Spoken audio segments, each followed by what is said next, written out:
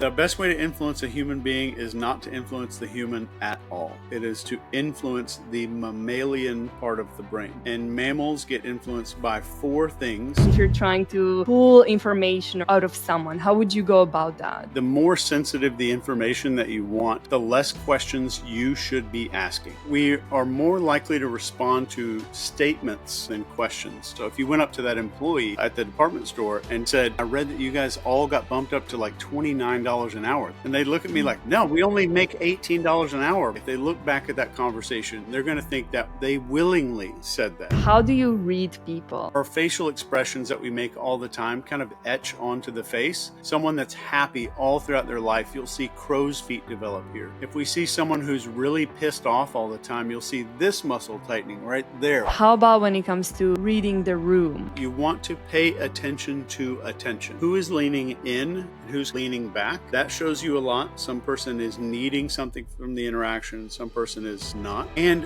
where people's feet are pointed. The feet are almost always pointed at the leader of that group. The third thing that you need to look for when you read a room is that's a big one. How would you tell if a man or a woman is attracted to you? Men are more likely to adjust clothing, and women are more likely to pull hair away from the side of their neck. But one of the best is this thing called taffy pulling. We have a list of 20 things that we give to operatives that make you magnetic and make you in charge of a room. So number one is... Hello, everyone, and welcome back to today's episode. I'm really excited to introduce today's guest, Chase Hughes. He's the world's #1 leading authority on behavior profiling, nonverbal communication, influence, and persuasion. His work has long been the go-to training resource for the most elite professionals in human intelligence, including the US Army and intelligence agencies. Chase, thank you so much for taking the time. You're just such a fascinating person, and I'm super excited for this conversation. Thanks for having me on, Francesca. Of course, and I'm really looking forward to it. To get things started, I'd love to hear a bit about your background and how you came to do what you do right now. Well, I was in the military for 20 years, and I got obsessed with just human behavior when I was like 19 years old, and it's been like 25, 26 years now. And the novelty still hasn't worn off for me. So it's still fresh. It's still fascinating. And it just seems like there's no end to what you, not just that you can learn, just what can be done with the human brain and human behavior. And I think it started for me when I realized there's a lot of stuff that we do that we think is private. Like we have these little insecurities and fears and even shame that we try to hide from other people. We try to pretend like I've got everything figured out. I've got all this stuff handled, and I'm better than other people. And I think I never knew that was on almost just on public display, but it's only displayed outwardly for people that have the training and people know how to spot it. And I think once you learn these skills, you're living in a different reality than other people, being able to see it. And if you're able to see it without judgment, then that reality is a good place. How does it help you being able to recognize these subtle cues in people or their hidden insecurities, for instance? Yes, there's a million ways.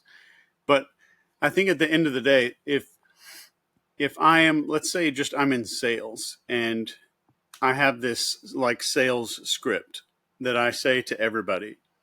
And at the end of the day, I'm saying words that only would resonate with this one type of person.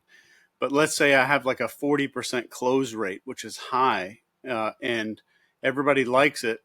So they're saying the script is what's doing it, even though it's just those words are only resonating with 40% of people because of their behavior.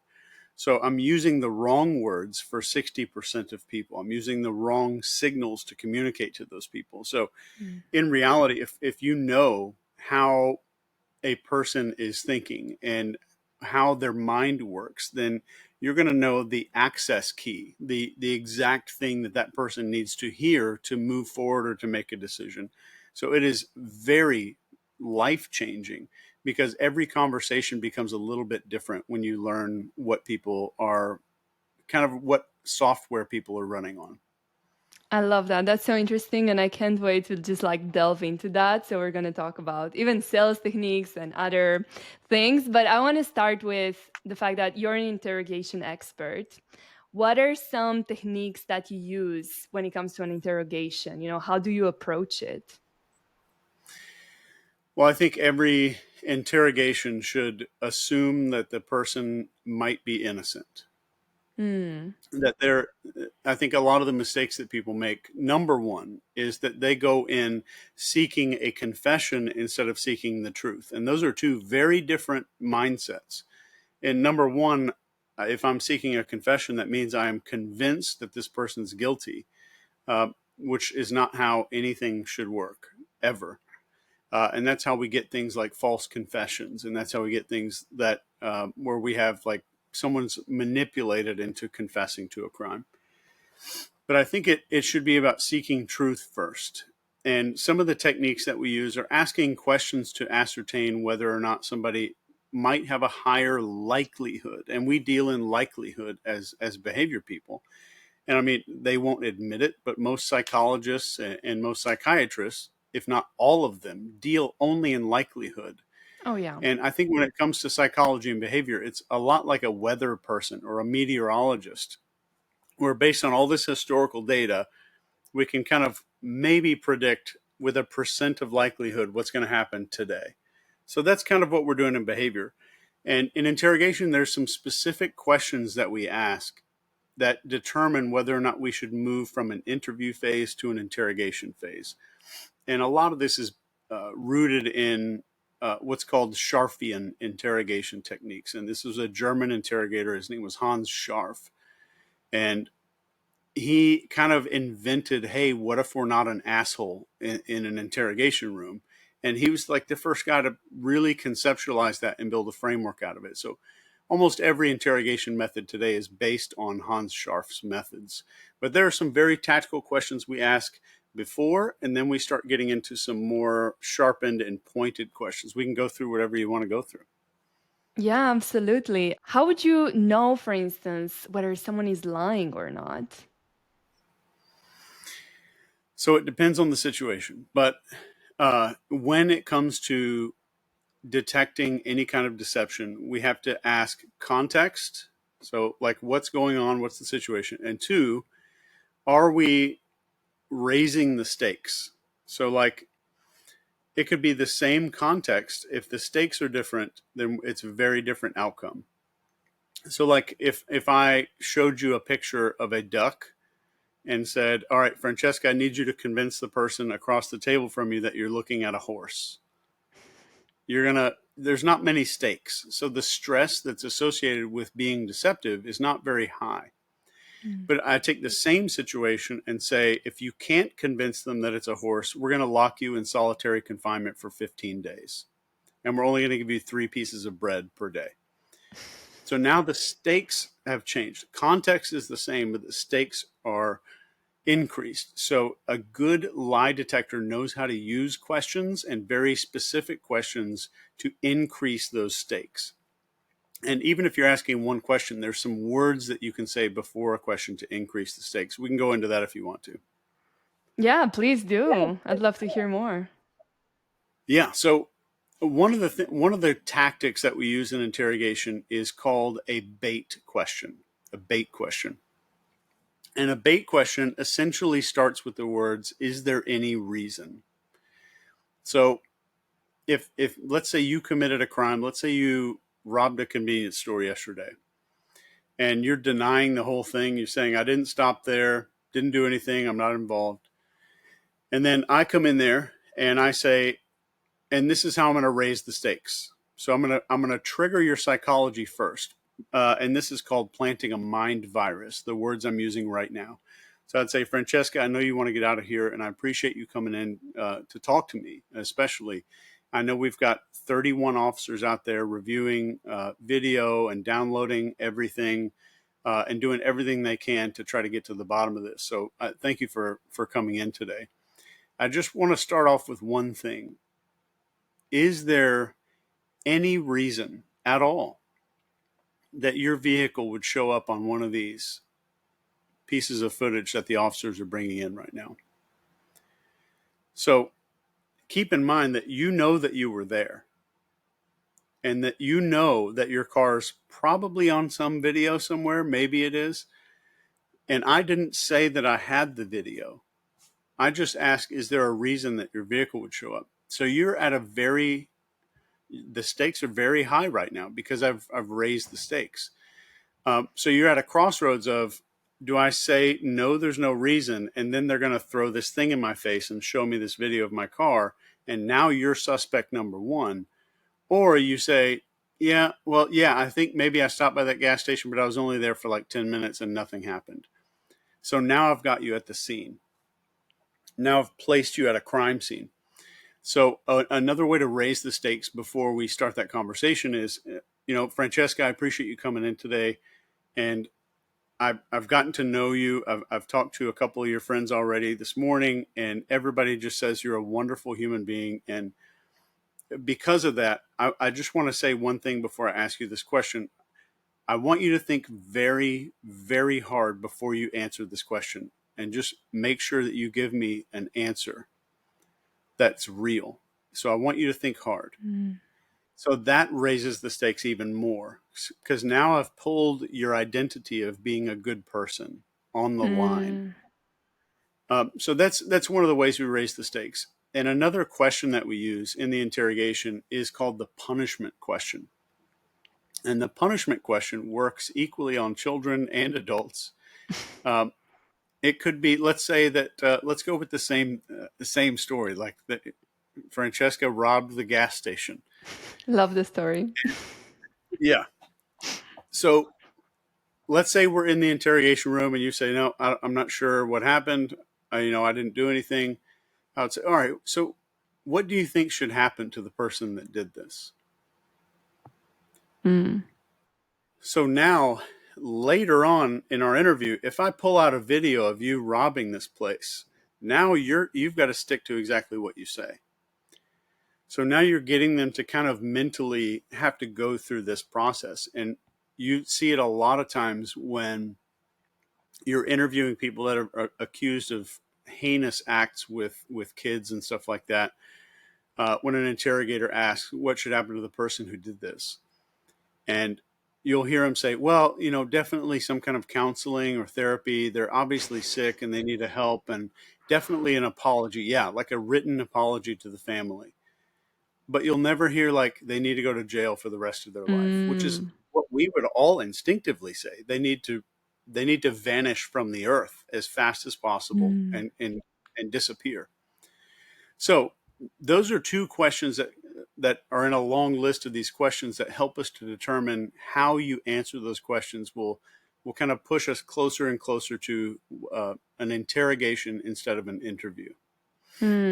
That's so smart. And it made me think there was this viral video online because this influencer got cheated on. And in one of the videos, she's like, oh, if, the guy cheats, he should, suffer. I can't remember what she says, but suffer these consequences. And he was kind of trying to say that, oh, it's actually not that bad. Like people who cheat should be forgiven. And then later on they found out he cheated, and it was so funny. Everyone was Yeah. going back to that video. It's so true. So that's super interesting, how it works in like interrogation situations. But how about like everyday situations, if you're trying to get to the bottom of something or get like pull information or the truth out of someone? How would you go about that? There is a guy named John Nolan, and he's the guy that kind of trained CIA and all of these guys, but he invented this method called elicitation. And essentially, the more sensitive the information that you want out of a person, the less questions you should be asking every time. So a lot of it comes down to something called provocative statements. So let's say you're sitting next to somebody on a plane and they say, "Oh, what do you do for a living?" You say, "Oh, well, I have a podcast, I have Francesca Psychology podcast." And the guy says, "Wow, that sounds fascinating. I bet you talk to some really interesting people." No Mm. questions yet. And then you kind of respond to that. So we are more likely to respond to statements with sensitive information than questions. So like if you and I were standing at a department store, a clothing store somewhere, and I said, "Francesca, you've got an assignment here.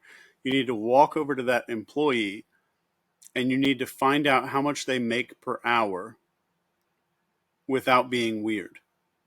Mm. So a lot of people would kind of go over there and just kind of ask, like, how much do you make per hour? And in the Western world, we don't talk about sex and politics and money and all this. There's all this sensitive taboo subjects. So you might go over there and say, "Hey, how much do you make every hour?" But instantly you're in this column spreadsheet in their head of being a weirdo. And then if I told you, "Francesca, you have 60 seconds, but you're also not allowed to ask any questions. You only can use statements." Then it gets tough, or we think that it gets tough, because there's a part of our brain that says, if I need information, I'm going to resort to questions because I need information. But I want to try to rewire that for anybody listening, that statements are usually better if you want sensitive information. So if you went up to that employee at the department store and just, there's a million things you could say, but if I said, "Hey, I was just reading an article online and I read that you guys all got bumped up to like $29 an hour. That's fantastic. That's more than every clothing store pays their people. That's amazing." And they look at me like, "What?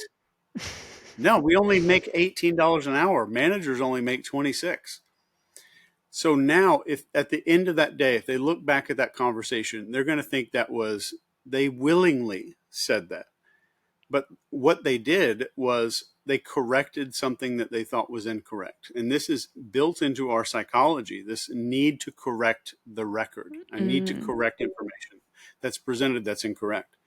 So this is even used during the Cold War. The Soviets used it against American sailors to find out naval intelligence.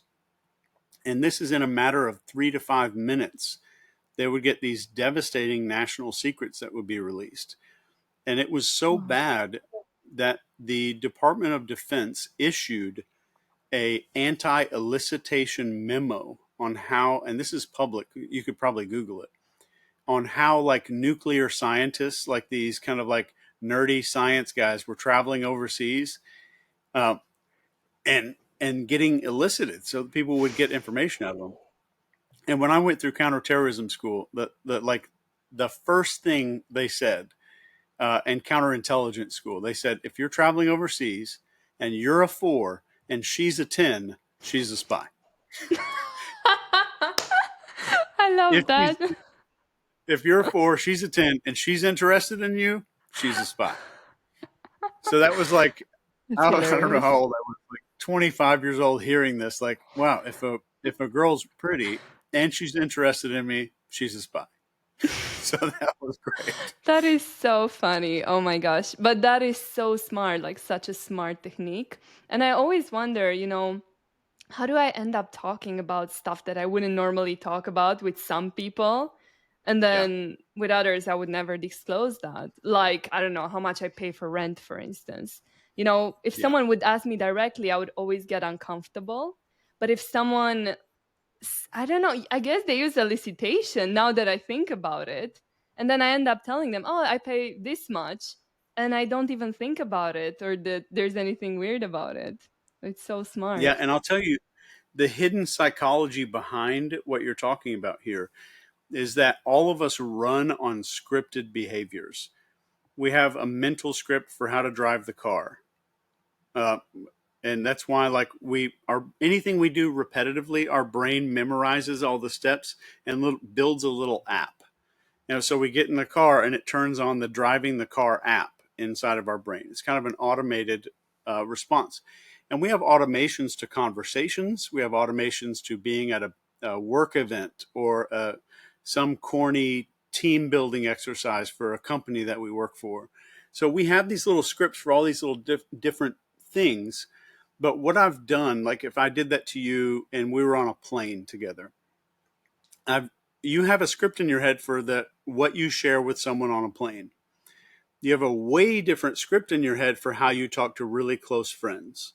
Mm-hmm. But what I've got you to do in a matter of 1 or 2 minutes is get you into a script of behavior of how you deal with friends and family. So I've opened what you think is acceptable behavior from here to here in just a matter of sometimes like 60 seconds. It can be that fast. And how would you do that? Like, is it just by using elicitation, or is there any other techniques that you use to make people, open up, feel like you're a friend, not a stranger? There's hundreds, but let me give you two badass ones that work really well. And the first one is called deviance escalation. So if I'm on a plane, maybe I'll refer to some other group of people that I know that you and I both dislike, and I'll use the word douchebags, which is not common. Like we don't say that to strangers very often. That's something we talk about at a bar or at a party or with our friends. So just me saying that and then you accepting that, you've agreed to a new set of rules just by you accepting that I said that word.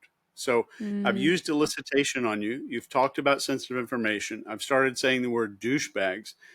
And then let's say I demonize one group of the population, and I'll demonize whoever I don't want you to be. So mm, here's what might mean. Let's say I'm beside you on a plane. And I'm like, Francesca, I was reading all this stuff, and I love that you have this psychology podcast. What do you think it is about some people in the world that are just live in this closed off little cage, and they're so worried about what other people think of them, they can't just completely let go? The mm, moment that you start answering that question, I've got you to agree that you are not one of those people. And I've also got you to agree that you're more open minded, more willing to do things that are outside the box, et cetera, et cetera, et cetera, just by me asking you that one question. And even if it's not a question, I might say, there's just so many people out there in the world that are so terrified of what other people think that they wind up just living in these little prisons. And right there, you nodded your head. And so are other people going to do that, because we can agree on that. But what I'm getting you to covertly agree with is identity, that I am not that kind of person. I'm a very mm. open person. I'm not closed off. I don't care what people think. So I've got you in probably 3 or 4 minutes. I've got you to take step after step after step outside of your normal script for airplane. And I've widened that a whole lot to encompass a lot more behavior that I might want to get out of you later on. That's fascinating. Also, everyone listening to this, use it for good, not for evil. All these techniques and tips we're going to talk about. Um, the next thing I want to talk about is, how do you read people? That's a deep one. So can we sharpen that? Like what specifically would be like the ultimate thing that I could tell you? Okay, so for instance, are there any small cues, in behavior, small things that someone could do that would tell you way more about their personality, for instance? So let's say, just to give you an example, someone is being overly loud. It means they are seeking validation, they weren't heard at home, like it can tell you so much more than what's on the surface. Yeah. So that perfect question. So step one of reading people is permanently assuming and understanding and knowing that we are a product of our childhood, all of us. And it's typically we're a product of childhood suffering and childhood reward, and that equals our adult behavior. So if I just live from that perspective and I have conversations from that one perspective, that means what I'm seeing in an adult, and what we teach is these 6 social needs, not human needs like water and sex and all this kind of stuff. These social needs that we need. So how do I need to be seen by other people? So this is layer one. There's 3 layers. There's social needs. how we make decisions, and then our end life goals. Like, what do I want the final chapter of my book to say? Like all of this stuff I need. So the 6 human needs are significance, acceptance, and approval, intelligence, pity, and strength. So if you're in a conversation just one on one with a person, within like 3 to 5 minutes, they're going to start revealing a lot of those things, not just through their clothing. And you might see like super tight fitting shirts or like crazy outlandish things like adding to themselves. Like my hair is a way bright neon color or something. I've got some weird shirt on. So we know that person from 100 yards away. We know that person is significance driven. They need to feel significant, and that has to be reflected by other people. And you'll also hear them say how they manage lots of teams, how they mentor lots of people, how they're in charge of hundreds of people at the company they work for, or how everybody kind of seeks them out for advice. Then we have the acceptance people. And the acceptance people typically use terms like we, us, our. They'll talk about groups and membership. They'll talk about being at a company and talking about like all the sales team there. Everybody goes out on Thursday nights. We had a great time. We all get along together. So they'll talk about teams and groups. And then we get into approval. And approval people are more likely to seek permission. So they're more likely to seek some kind of reassurance from you. They might say something like, "I've got to give a speech on Thursday, but I just know I'm going to suck at it. I know everybody's going to hate it." Just so, like you, Francesca, you'd be like, "Oh no, no, you're going to do great. You did great last time, and everybody loves it when you speak on stage. You're great." And that would be more the approval. And then we have intelligence. You'll see people wearing the Harvard University T-shirt and sweatpants.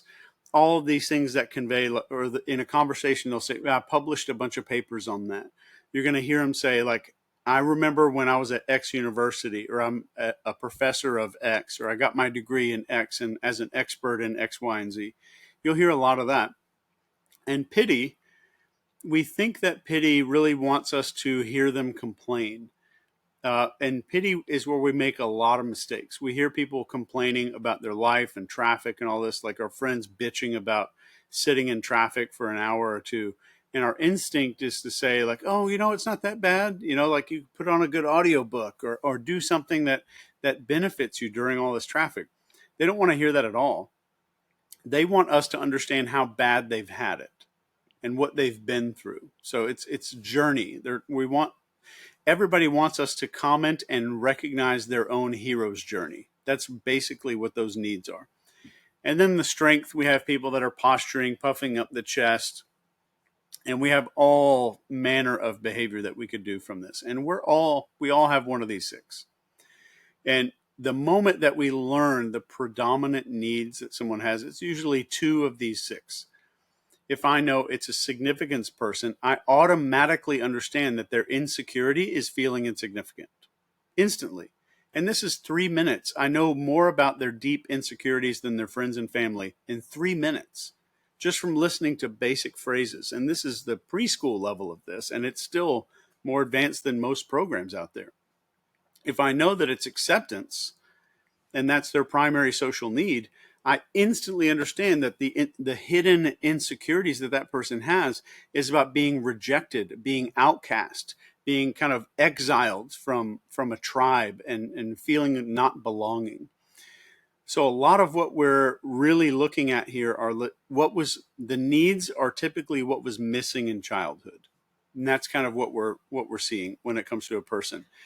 And there's a lot of people out there that'll teach you little body language tricks. I mean, I'm somehow rated the #1 body language expert in the world, but I think this is 10 times more powerful. Understanding these childhood behavioral patterns and developing the skill to spot them in a fully grown adult and seeing Mm. that stuff from back then. That's so powerful. I love it. And so, so interesting. Talking about subtle cues, how would you be able to tell if a man or a woman is attracted to you? There's a few different cues that we show. Number one, that's kind of universal, is called ventral orientation. This is when you see shoulders kind of pointing towards the person that a person is attracted to, even if it's a little bit slight, even if their head stays on, like they're sitting at dinner with their friends, but they're kind of orient themselves a little bit Mm. more toward this person. So when it comes to ventral orientation, we're looking at where the shoulders are kind of directing the body. And that's what we're really seeing. Um, for both sexes, pupil dilation is one of the biggest. And there were studies done on this, and even Revlon Makeup Company used these studies to sell more makeup. But our pupils will dilate when we are physically attracted to someone. But it also endears us to people. We're more attracted to people with larger pupils. This is why if you look at a baby, looking at I have an 18-month-old baby. Her name's Hannah, and when Congrats. she looks at a random grown up, like the lady dropping off our mail who comes like at 4 o'clock every day, her eyes do nothing. But she looks at me or she looks at mom, and they get really big. And this is something that we've evolved to do to gain connection and to kind of release oxytocin in someone else's brain.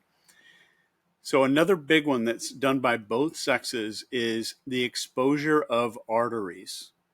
Arteries. And this is typically like we have the brachial artery here.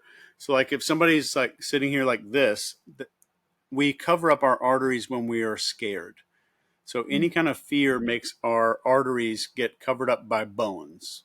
How am I putting bones in front of arteries? So we might see this like turtling behavior here where the shoulders are protecting the carotid artery.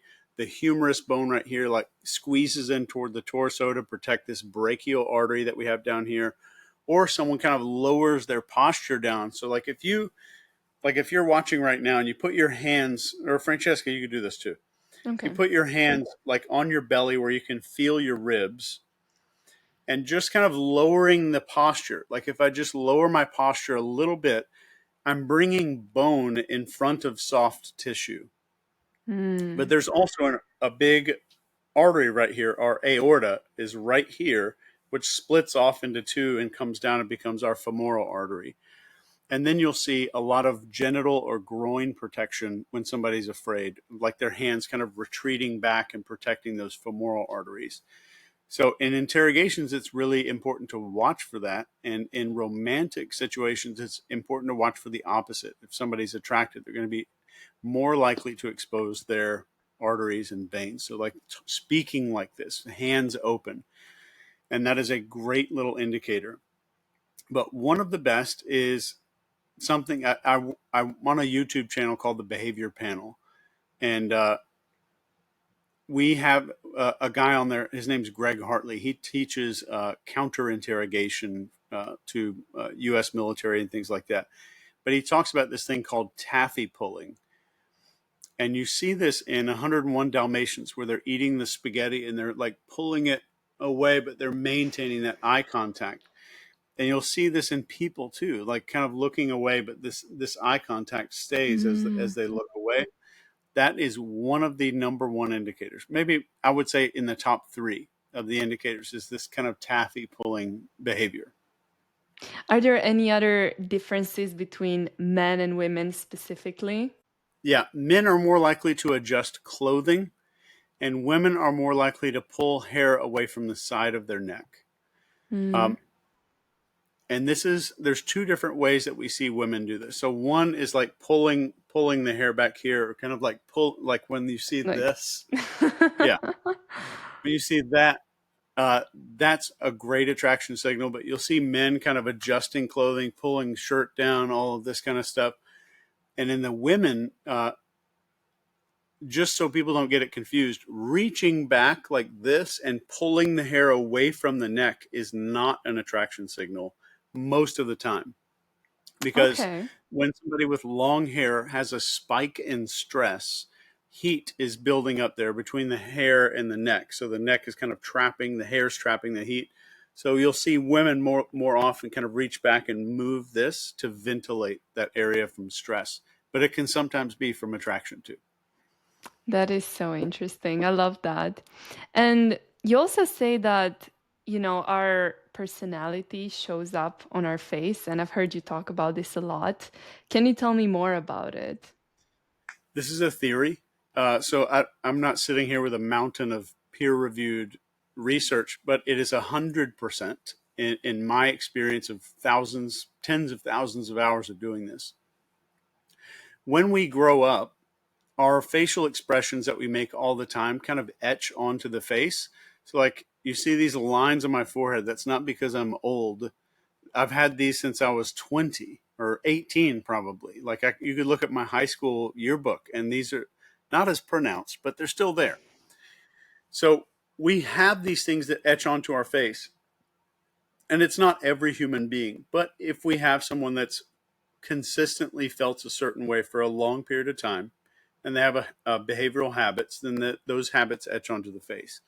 Someone that's happy all throughout their life, you'll see crow's feet develop here because a genuine smile raises the cheekbones and tightens these muscles right here on the sides of the eyes. If we see someone who's really pissed off all the time, you'll see this muscle tightening right there. And this is called the glabella. Mm-hmm.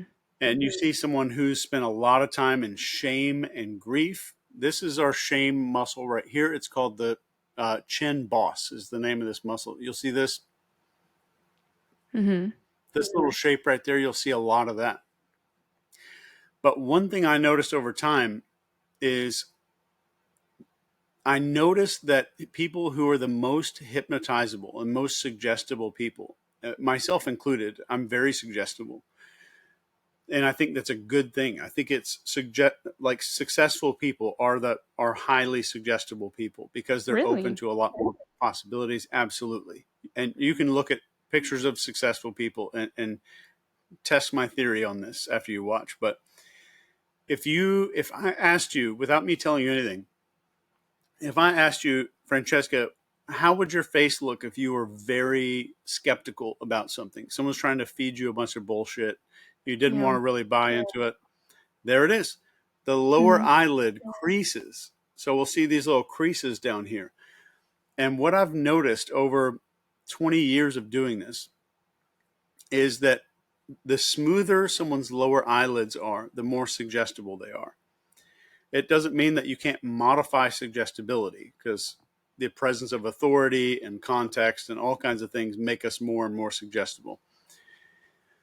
But the lack of that skeptical eye wrinkle there, like mine are pretty smooth down here, Mm-hmm. um, indicates suggestibility. But you'll also see when you see like really hard wrinkles, and I wrote about this in my book called the Behavior Ops Manual. It's a gigantic, like 4-inch thick reference manual for human behavior. Um, that's called LEF3. So this is like lower eyelid factor number 3. So when somebody has deep grooved in expressions there, you're talking to somebody who's very skeptical. And this is again just a theory, but it's 100% in my experience, and I've proven it with 3 different hypnotists. We've proven it with over 10,000 people who have been hypnotized, and it's 100% with that as well. I might regret asking this, but just by looking at my face, would you be able to have a read on me? Yeah. So the first thing that I look at, and usually there's 2 things only that I really look at on someone's face, is forehead wrinkles, and if you tilt your head forward a little bit toward your light, you have some, which is a good thing because our forehead is what's known as the social billboard. So, like what you did just now is called an eyebrow flash. Mm-hmm. And this is the way that we communicate to each other. Like, hey, hello, how are you? It's great to see you. When we Yeah. greet someone, it's a way that we communicate being open to other people. And when you see someone who's very socially savvy or very empathetic with other people and they connect well with other people, you're going to see more of the wrinkles on the forehead. And for the rest of the face, we're going to see like, are they really skeptical? And I see that like your one side of your left eye, if it's correct, point to your left eye.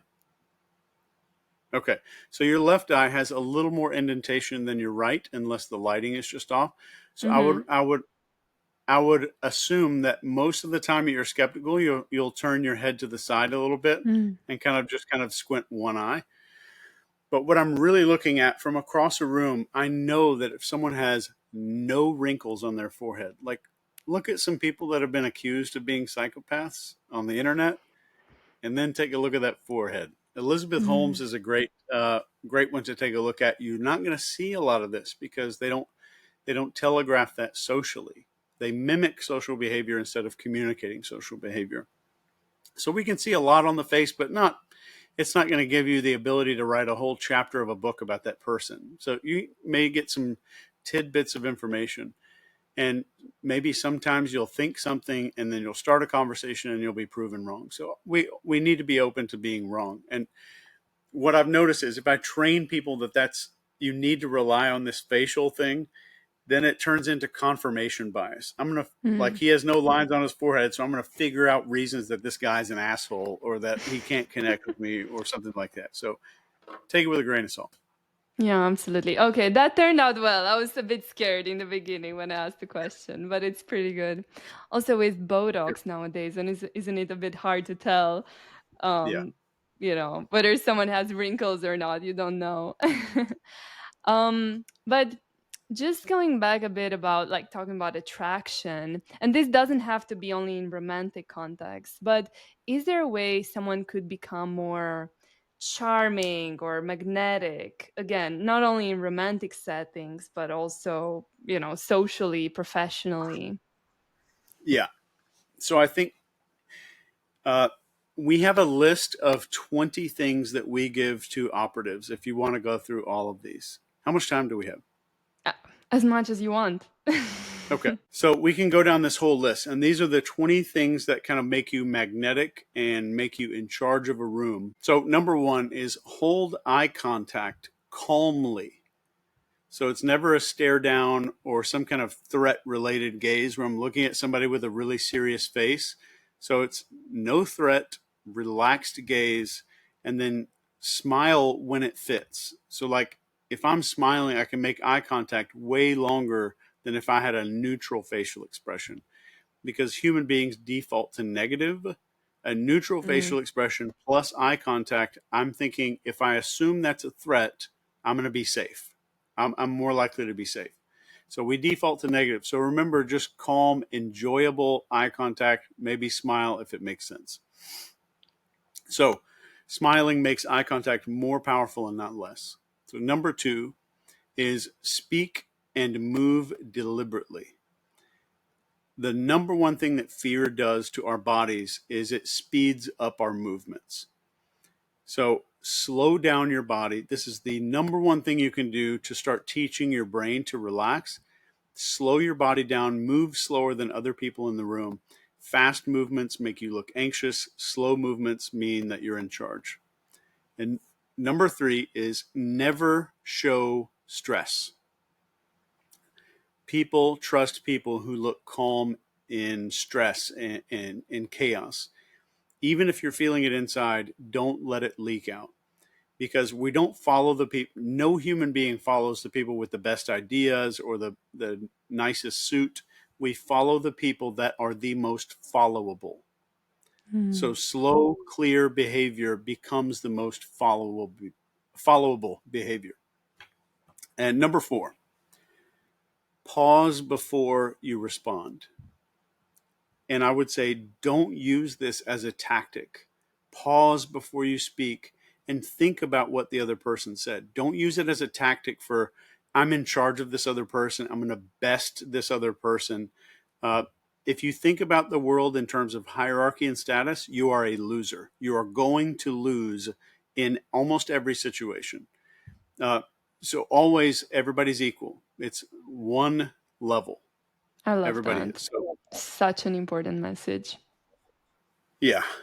And I would say, like, just one beat of silence, just a beat or a few seconds of silence shows that you think instead of react to people. And it makes people really kind of lean into a conversation.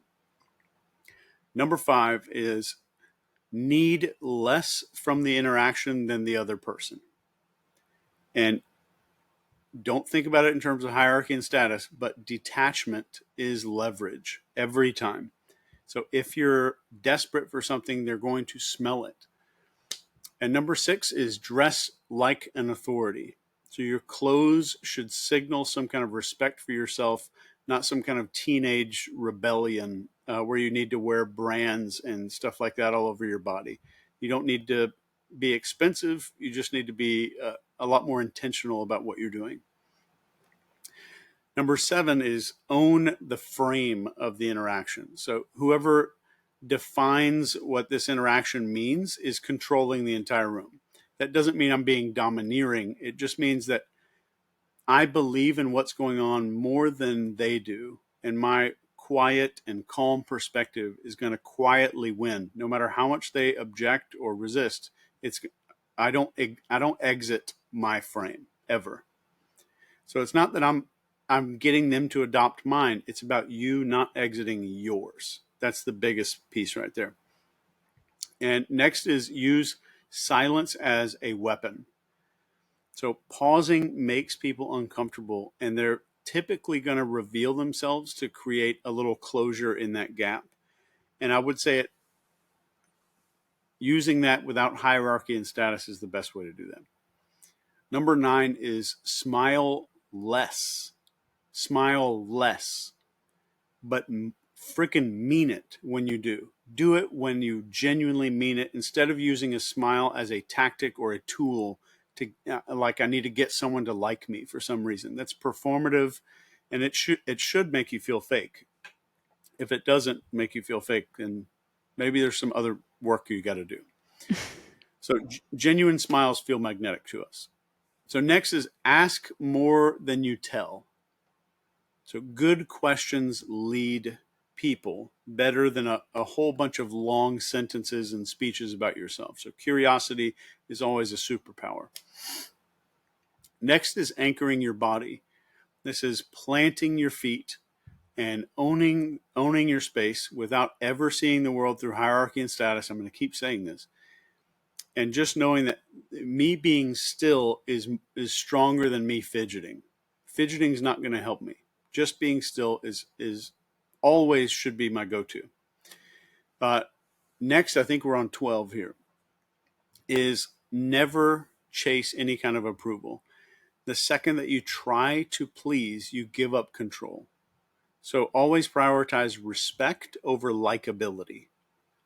And keep in mind that, let me just say one thing here, and maybe somebody listening needs to hear this. If you've shrunk yourself to make other people feel comfortable, or if you're carrying a whole bunch of shame, and you think that that makes you a good person, you are delusional. And I say this out of pure love for you, whoever needs to hear this. That's not real. That's completely fake. You're not making other people more comfortable by you getting less comfortable and shrinking your body. And it doesn't make you a good person to shrink, because good people don't do that. So prioritize your respect over likability. Next one is stay unpredictable. Unpredictable. People pay attention when you break patterns. This is what Francesca, you and I were talking about right at the beginning of this. We say a word or a phrase that's not usual for a situation, and that automatically zooms people's focus into what's going on. So surprise manufactures focus, or something unexpected creates focus. Next is project certainty.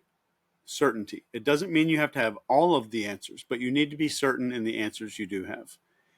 And remembering that people follow stability.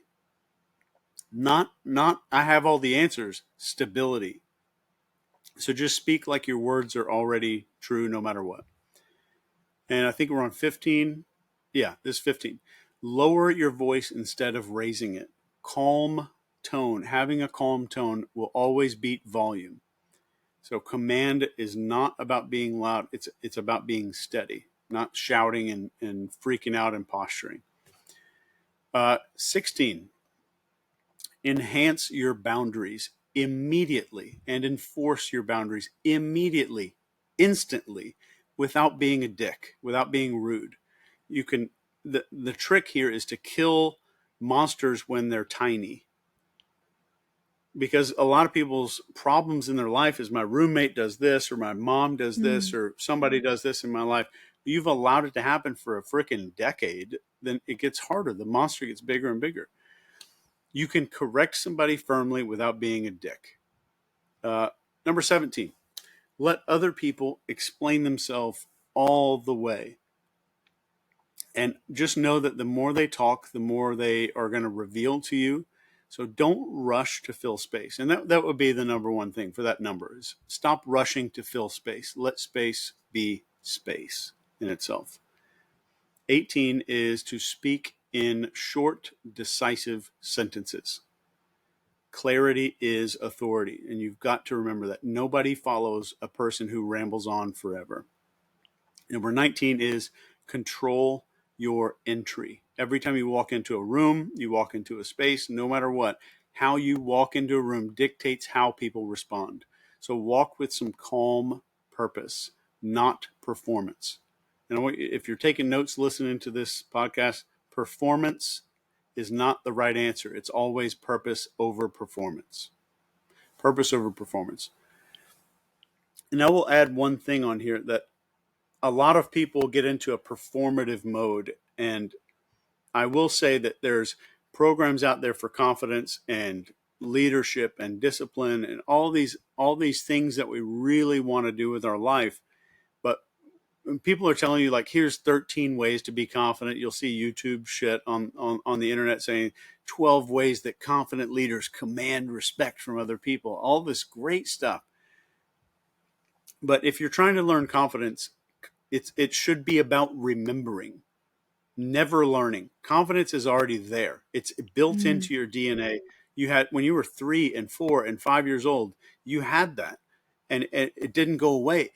The only thing that you're lacking when you're if somebody's thinking they need confidence is stop performing. It doesn't mean you need to be mean to people. It doesn't mean you need to tell people to F off and screw off in your life. It means you can be nice to people, but stop performing for people and stop doing things that you don't want to do. That's it. Get out of performance. That's like the first big step that you can really take. All right. So number 20, the final one, is leave people better than you found them. And I think if you want to become dangerous in a good way, that true danger is not cruelty or being an asshole. It's having the strength to lift other people up when you could have crushed them. So those are the big 20 that we teach to the Jason Bourne people. I love that. That's such a comprehensive list of basically how to own the room, right? Or how to Yeah. project that confident, magnetic, charismatic energy and have that authority. Can I correct one thing that you said? Please do. So a lot of people think of in terms of I need to project confidence Mm. to other people. So that me deciding whether or not I'm confident is about how my projection is received. Mm. So we know from Carl Jung that you know we're projecting all kinds of stuff, and we definitely don't want to put confidence into maybe something that I'm ashamed of. I'm carrying some weird piece of shame or something because of something I did when I was 11, or I'm at a business meeting and um, you know, pretending to have all of my stuff together and I've got an 8 foot pile of laundry back at home. So we'll kind of project a lot. So confidence is never, ever, ever something that we do. It's something that we are. It's an internal state of safety, non-performance, just these three things. I feel safe, I'm not performing, and I have a generalized expectation that things are pretty much going to be okay, no matter what. Mm. Those are the three elements of confidence. That's such an important message. And thank you so much for correcting that. Um, we're talking about authority. If someone feels like they're lacking authority, let's say in a group setting or at work, maybe, people speak over them or they are the leader, but no one's really following them. What is something that gives someone authority? This is a deep one.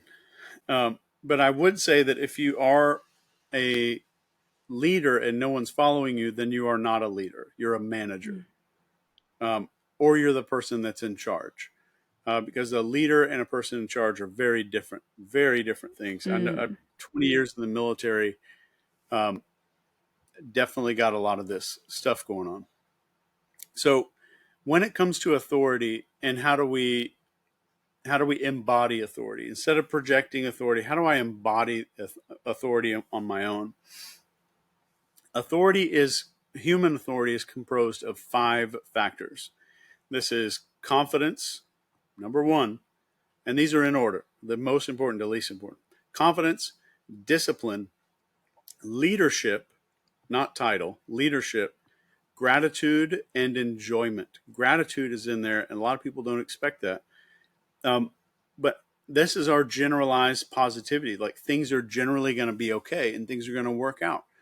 So that confidence is walking that line of those 3 things we talk about. Safety, I'm not performing, everything's going to be okay. Discipline is very easy. Everybody talks about, you'll see these like 5-hour lectures on discipline and stuff. All discipline is can I prioritize my future self over right now? Because if that was true, I wouldn't have a problem going to the gym. I wouldn't buy that stupid crap on Amazon at 11 at night when I'm scrolling through and binge purchasing things. I wouldn't eat that 15th piece of cheesecake because I'm prioritizing me tomorrow, me in a year from now. So discipline is, can we prioritize our future self? And then we have leadership. This is, do we have certainty in our thought and action? And it doesn't have to be super fast. It doesn't have to be super informed about what's going on. And it doesn't even have to be competent, because you hear so many people say, well, I'm not really educated on this. How are people going to follow me? If you watch the movie Catch Me If You Can, this is about a con man. And it's a true story about this guy named Frank Abagnale.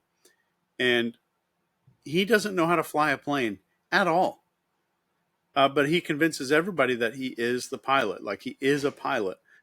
So it's the certainty of self. It's not the certainty that he's a pilot, it's certainty of self. Because if he sat behind the sticks and somebody said, oh, hey, you need to take over here, he would crash the plane most likely. So competence and leadership do not have to correlate and connect somehow with competence. They do not have to connect. So that's good news for most people. And then we have gratitude, and what I mean by gratitude is gratitude with perspective. And can you feel gratitude without? You don't need to keep a little velvet journal from Amazon or any of these little like apps where you have to write down these little gratitude things every day. But can I feel gratitude from zoomed in and zoomed out on what's going on? The zoomed in on our life might mean I'm grateful for this family, and I'm grateful I saw the doctor yesterday and they gave me this medicine or whatever. But other gratitude might be zooming out on the state I live in or the country, or even zooming out even more to the solar system or something. And like, does my gratitude have perspective? A, can I feel it while I'm doing my regular thing every day? And B, does it have perspective? Those are the big things. Can I zoom out and in with gratitude? And that's also the problem most people have with issues in their life and stress in their life is they're just zoomed in.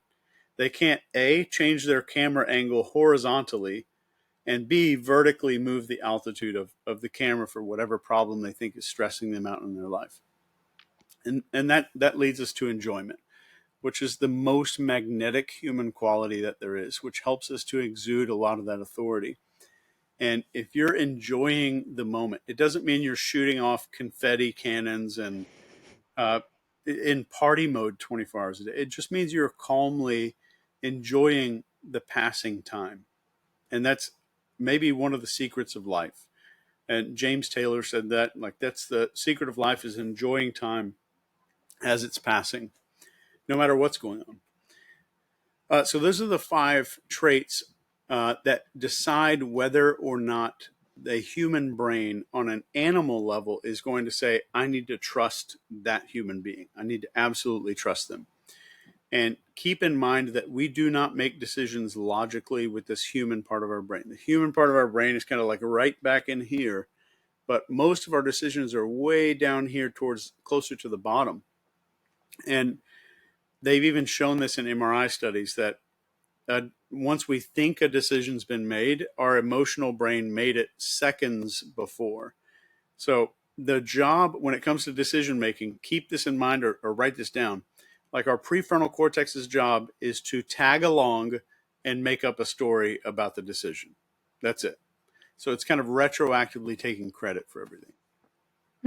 So all of our decisions are actually just made on an emotional level. And then we tell ourselves, we try to rationalize them after. Yes. And I would hyphenate that to be emotional, instinctual level, to where we are hardwired to do this. And that's one of the reasons that human beings, we don't have a firewall. Like we can't download anti-malware for ourselves. That's why I'm just on this massive campaign to say, like, you need to spend as little time on social media as you possibly can, and as little time on this like doom scrolling shorts. And I say this as a guy who publishes, I don't know how much my team puts out, but I think it's 2 or 3 shorts a day. But they're at least educational. So Yeah, really 100%. curate what gets your attention, because if anyone listening, if you think your brain is going to win versus a $1 trillion computer, you're an idiot. I'll just say that. That's super helpful and super valuable advice. And, you know, we talked a bit about how to read like an individual, but how about when it comes to reading the room? What advice would you have for that? Reading a room is always different. So, reading a wedding is going to be different than reading a networking event or a Mm. group of entrepreneurs who are about to pitch a bunch of uh, private equity people. But I will say that universally, you want to pay attention to attention, no matter what room you go in. And the way that you pay attention to attention is if I'm looking at subsets of people, who is leaning in? So, like, whose spine is kind of tilted a little more toward the other person, and who's kind of leaning back. That shows you a lot. Some person is needing something from the interaction, some person is not necessarily. And where people's feet are pointed. If people are standing in some kind of a group, you look around that group, you can see the feet are almost always pointed at the leader of that group. And it's very important to be able to get to know how to identify those little status cues. And the third thing that you need to look for when you read a room is who laughs first.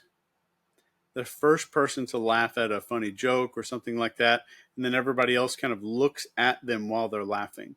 Who do people look at when they are laughing? That's a big one. What does that say? That says that they are needing that social approval to do that. So, like, I'm going to make this big, loud noise. So, if you just go back 100,000 years or 50,000 years, these tribal villages, making a big, loud noise in a social gathering might have called a lot of attention on you. And we know that our number one fear as people is judgment. We know that. Like, or public speaking is what they call it, but it's a fear of judgment. Um, so like that means if I'm laughing or making some big ass noise, a lot of people are going to look at me and I might suffer some kind of social injury, some social consequence. So if people are laughing and they need to look at some other person, where are they drawing social permission from? And that Mm. alpha, the authority in a group, will typically be the permission giver for people to do a lot of those things like that. So if someone's trying to become more authoritative or, you know, not project, but embody like confidence, a trick would be like to just laugh without looking at anyone, looking for that approval, sort of do things despite the risk of being judged. Yes, but I will say, if you want to change something in your life, like all these articles that are online saying like, oh, you need to have good posture, you need to speak more freely, you need to use more arm movements, you need to do all these things, be comfortable touching somebody else, grabbing somebody by the shoulders, all these things. Those are a byproduct of confidence. It does not make you confident. So what those articles are telling you when they say you need to, here's how to be confident, they're giving you symptoms instead of Mm. causes. So the true number one way to make everything else a byproduct. So like what would have to change? And I want to go through this thought experiment. So like if I want to be in the place where I can talk openly and laugh openly in a group like that, what is the one shift I have to make mentally to where that laughing just becomes a natural byproduct, a symptom of some change that I underwent? And typically, 99 times out of 100, the big change that needs to be made in a person is I need to be comfortable and completely okay with being socially injured. Mm. Like, I need to stop this fear of judgment. I need to stop pretending, like we talked about, stop performing for other people and still be nice. I can do that without being a dick. And that's what, in so many people's mind, they have a limiting belief that says, yeah, but, and all of the yeah, buts are like, yeah, but I'm a good person, which means I'm going to shrink myself a little bit to make the other person feel more comfortable, which is a lie. It's just not real. Mm. So it's a lot about like, can I get out of performing? Can I be a good person? And can I completely accept that there may be some kind of social injury that happens from this? Do you have any tips on how to accept that there might be a social injury or just to become more comfortable with that risk? Yeah. So over time, what happens is our brain will pay attention to and call out anything that we see on a regular basis. So there's no hack. I'm sure there's a million articles online that'll give you hacks. I guarantee there is no hack. But the number one way to do this is to wire your neurology to make the change happen. So this means something as simple as just I have a little notebook on my desk at the end of every day. I've kind of going back and noticing where was I pretending a little too much? Where was I faking it a little bit? Where was I afraid of social injury? And the cool thing about this is you don't need to make some like 18 points plan to change your life. Just paying attention to this kind of stuff will automatically set the wheels into motion for you to make these changes. You don't even need to do anything. Just paying attention to it will make your brain start being more observant, more mindful of when that happens, and then start pushing you in the right direction over time. So just the monitoring becomes the PowerPoint there. Mm. Love that. What is the best way to influence people, though? The best way to influence a human being is not to influence the human at all. It is to influence the mammalian part of the brain, the lower part of the Mm. brain. And it's to influence a mammal. And mammals get influenced by four things, and they determine our fate. And it spells fate. And this is focus, authority, tribe, and emotion. So, authority doesn't mean like, here's the cool 12 tips or phrases I learned on some LinkedIn article. Authority means like I could equally impose authority over a dolphin if I'm training a dolphin or a dog if I'm training a dog. So what I mean is I'm getting good at understanding what causes an animal to focus. It's the same for humans. What causes an animal to respond to authority? What is it that you have to exude? And tribe is, do I understand how to leverage tribe against this person's sub psychology, mammalian psychology? And then the emotion, do I understand how to create emotion? If I can capture and lead your focus, and if I can tell a good story, then I can definitely make you feel a whole lot of what I want you to feel. I can even vividly describe what I want you to feel by just telling you that someone else went through this experience. And you have to vividly go through everything that I'm saying in order for you to Mm. understand what I'm talking about. So I will give an unconventional answer here that the number one book you could buy on leadership was written by a dog trainer. And it's a book about training dogs. And Wow. it's called Be the Pack Leader by Caesar Milan. And I have no affiliate link or anything like that. I don't even know Caesar. He and I have both been on a few podcasts, the same podcast, but I've never spoken to him.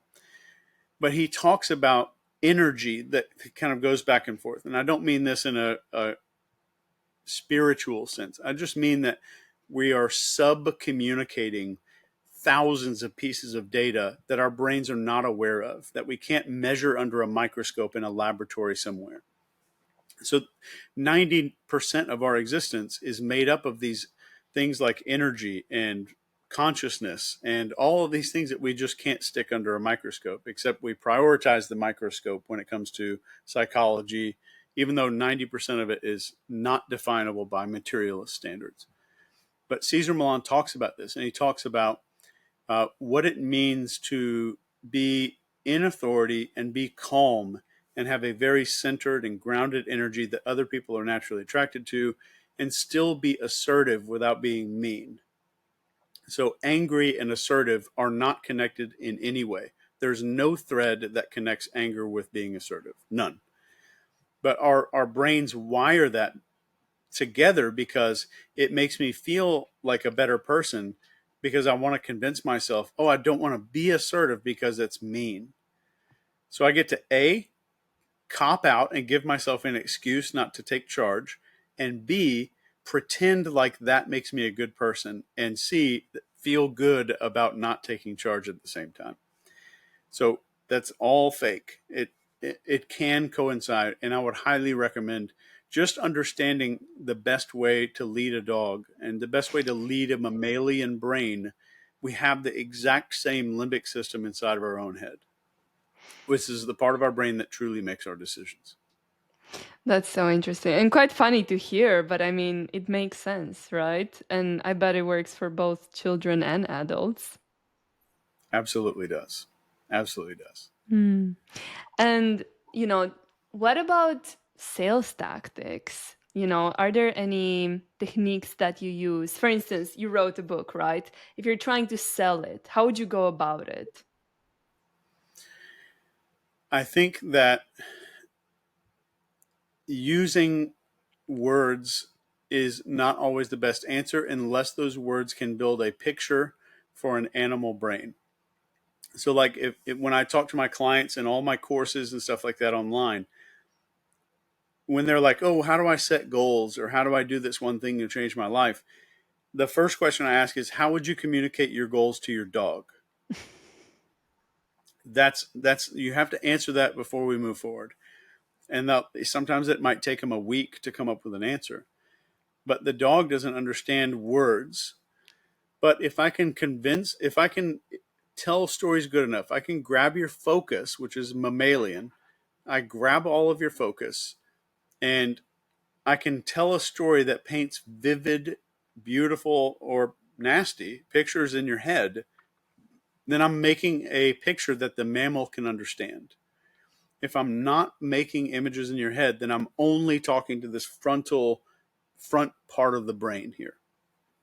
So what I would say with sales, with everything else, is the further down toward the brain stem you can get your words and your actions, the more successful you're going to become 100% of the time. And how did I describe the behavior ops manual the first time I talked about it? When I talked about my new book. Yeah. If you remember, I said I wrote a new book, and it's like this massive 4-inch thick Yeah. manual. Yeah. And I even gave you a visual reference, right?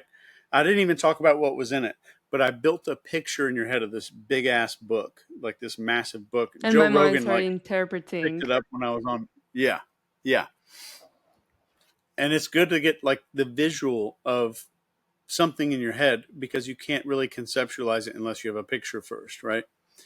So when it comes to sales, leveraging that focus is number one. Focus is your number one currency. If you don't have focus, you have nothing. You have nothing else. So we have to understand that the number one way to get an animal to focus is novelty. Something new, something unexpected is happening.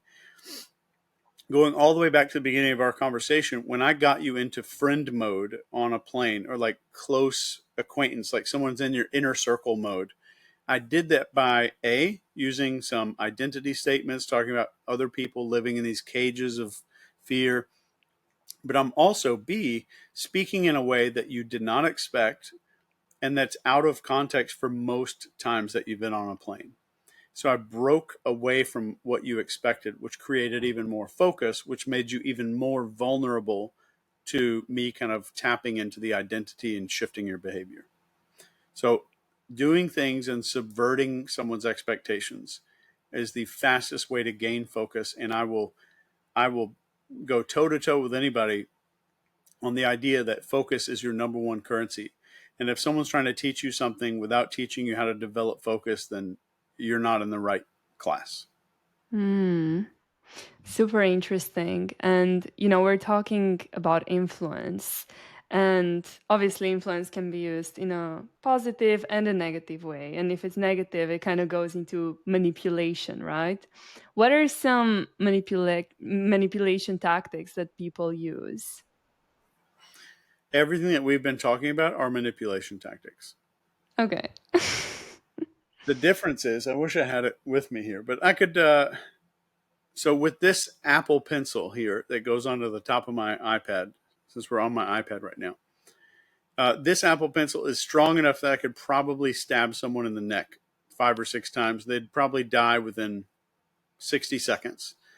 But it's also something that I could develop a behavioral change plan with, or I could take notes as a psychotherapist. We have to understand that influence, or a lot of these tools, like if I gave you a tool to rapidly shift somebody's identity and like how they view themselves, you could use that to recruit people into a cult, or you could use it in a suicide hotline where somebody's calling in and they're thinking about hurting themselves. Or a therapist could use it to get someone to stop overeating, or to stop disconnecting from their children and give their children a better life. Exactly the same technique. So I would say the ethics and the morals are never in the tool itself. They're inside of the user who's planning on using it. And the way that I teach that ethics comes down to is, if the other person could crawl into your head, if they wouldn't run screaming, then you're probably doing something ethical. If they would agree to probably what you're doing or what your intentions are for them, and they would be okay with your intent, that would be an ethical decision. So the technique is never the thing that decides whether or not something is ethical. I think it's the intent and whether or not you are a good person on the inside. Yeah, absolutely. I mean, that makes a lot of sense. And all the things we talked about could be used for both good and evil, right? Um, but then there's these techniques that some people use, for instance, on first dates or like in romantic context that, would get you obsessed with them. And like you can kind of pinpoint those techniques.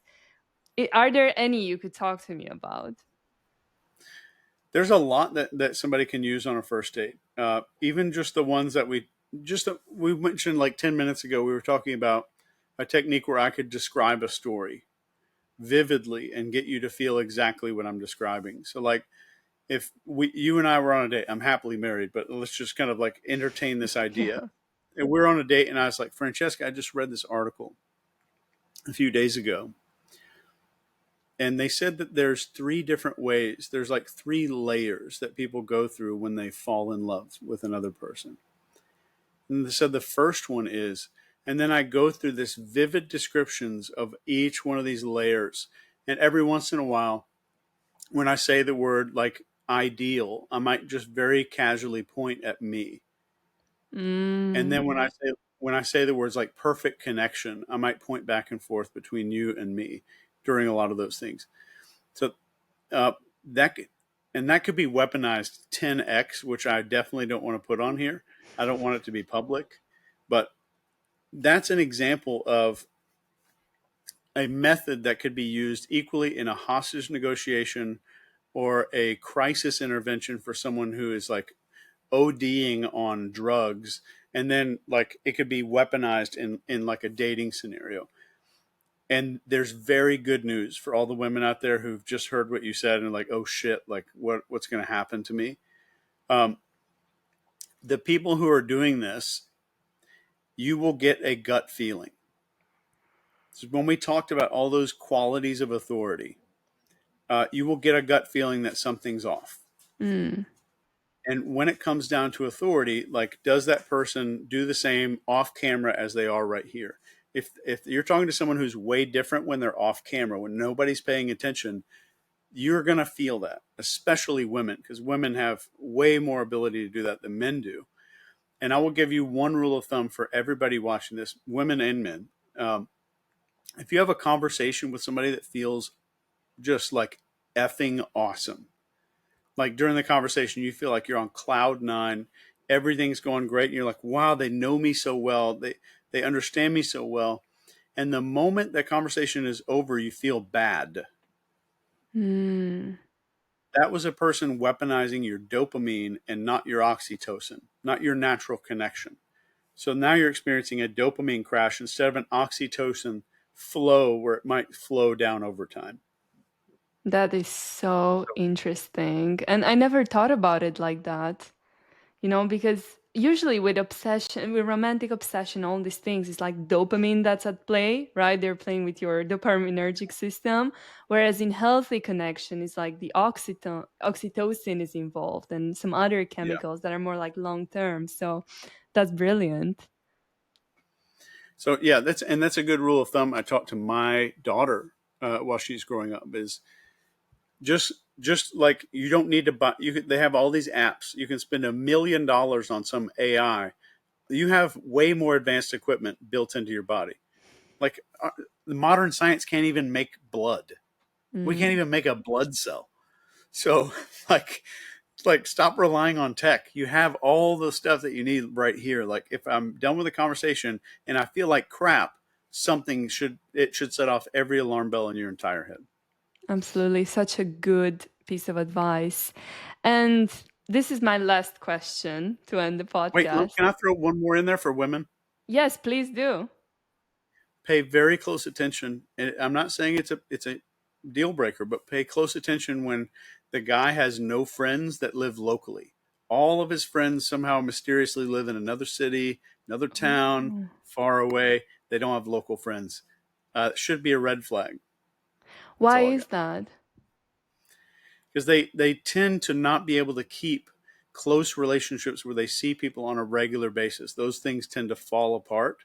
But when they text their buddy like once a month, or they call every couple of months some guy they went to high school with, and they're not in contact on a very regular basis, that's where those relationships come from. That makes a lot of sense. I think that's so important to look out for. Um, okay, so last question. How can you brainwash yourself? I know you talk about brainwashing and you're an expert in this to be more successful and happy. I have a whole YouTube video about this on my channel.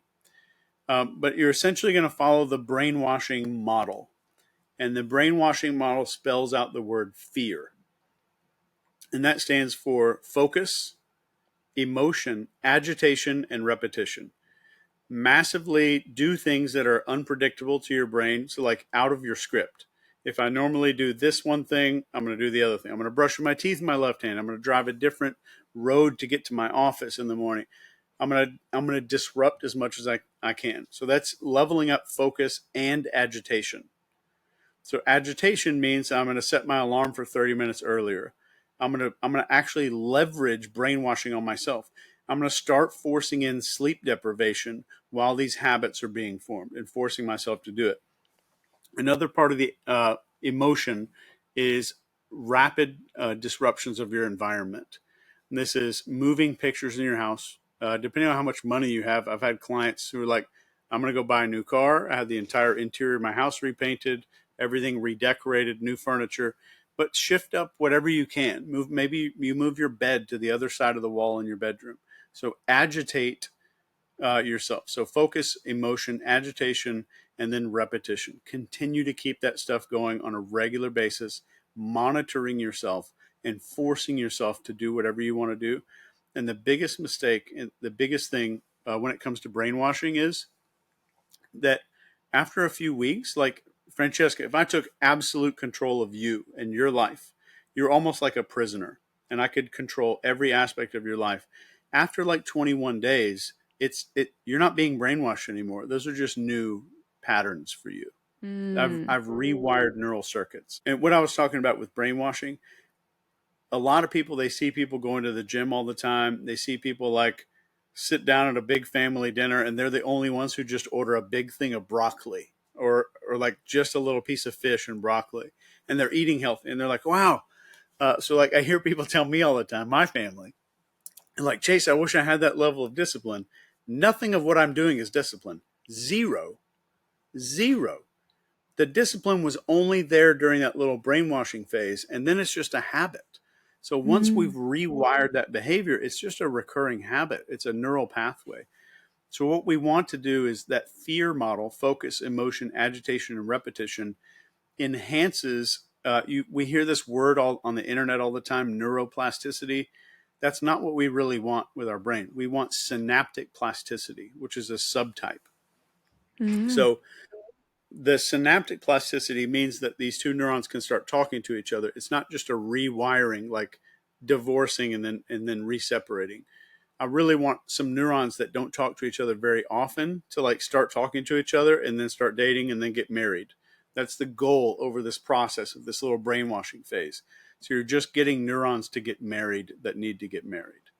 How long does it usually take? Like how much repetition and to do this brainwashing thing? I love how people say it takes like 21 days to set a habit, as if every human being is some copy paste piece of mathematics, like a science project.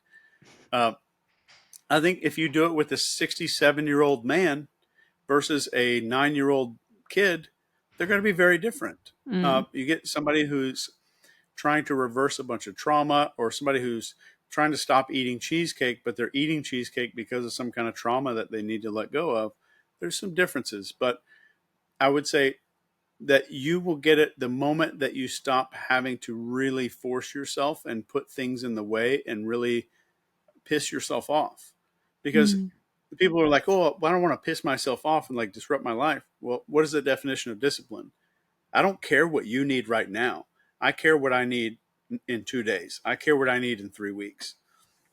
So we've got to keep that in the forefront of the mind. And when it stops being about me forcing my conscious mind on me way off in the future, and that like my version of the me that I'm taking care of is a little closer, a little closer, a little closer, a little closer, until one day it's just like I'm just going to lay out my clothes for tomorrow because that's what I do. Mm. So it's how far ahead am I having to force someone's priorities in their life?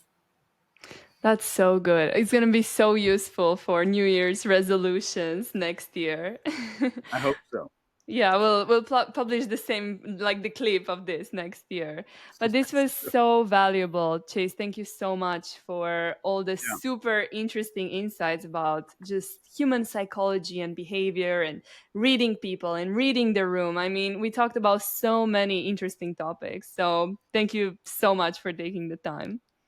you bet. Thanks, Francesca. Take care.